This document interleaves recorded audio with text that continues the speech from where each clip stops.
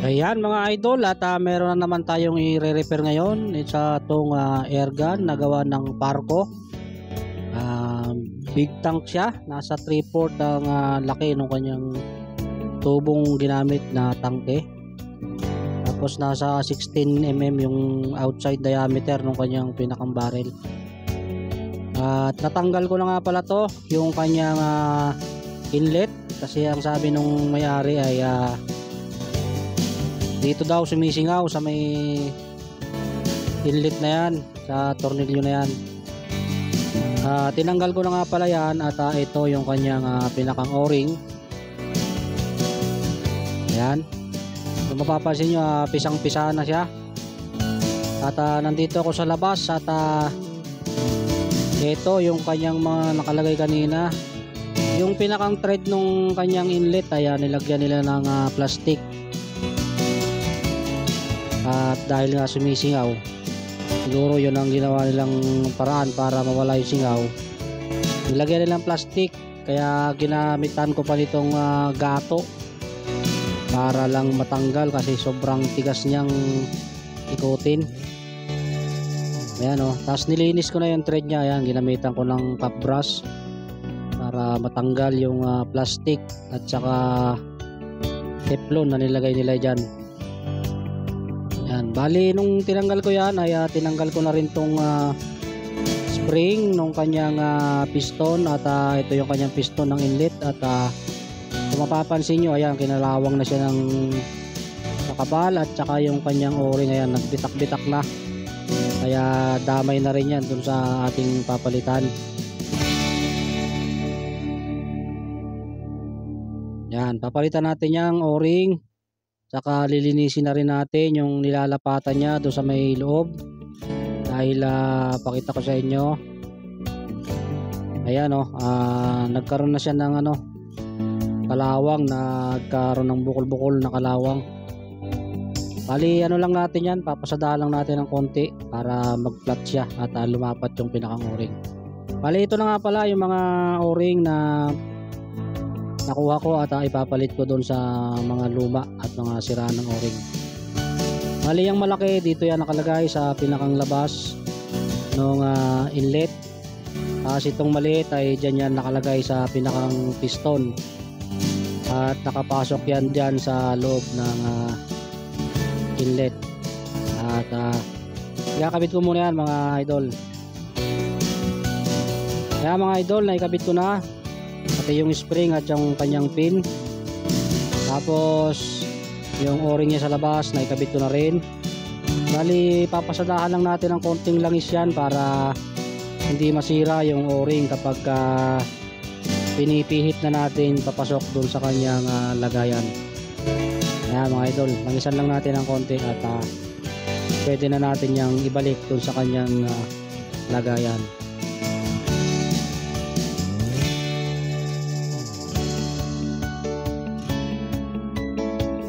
Bali ayan na mga idol, at naikabit ko na. Susunod naman natin na ilalagay dyan yung kanyang adapter. Ayan, naikabit ko na rin.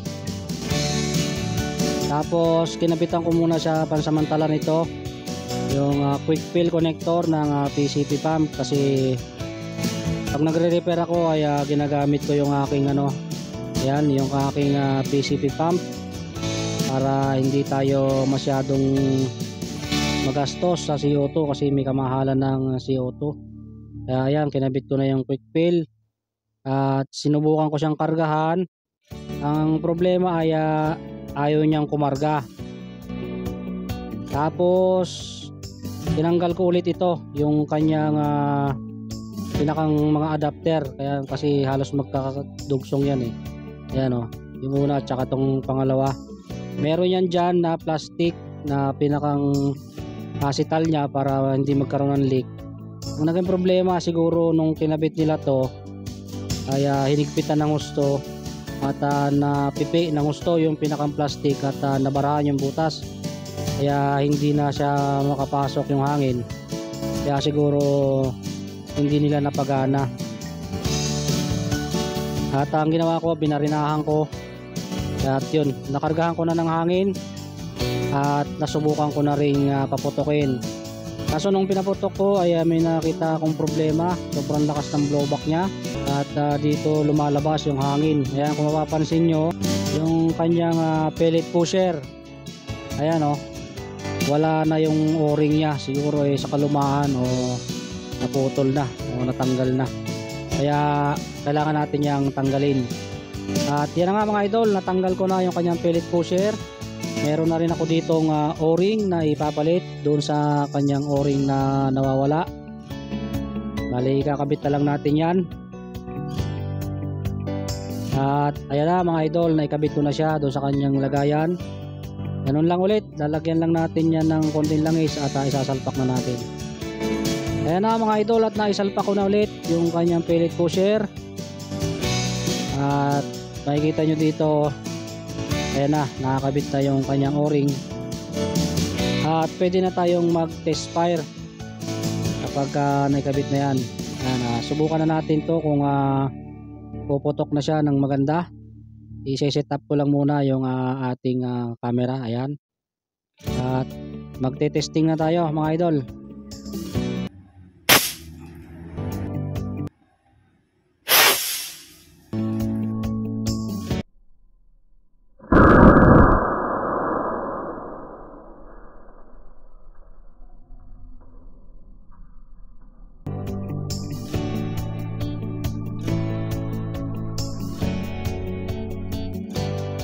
Yon mga idol, at sa tingin ko ay okay naman na itong unit.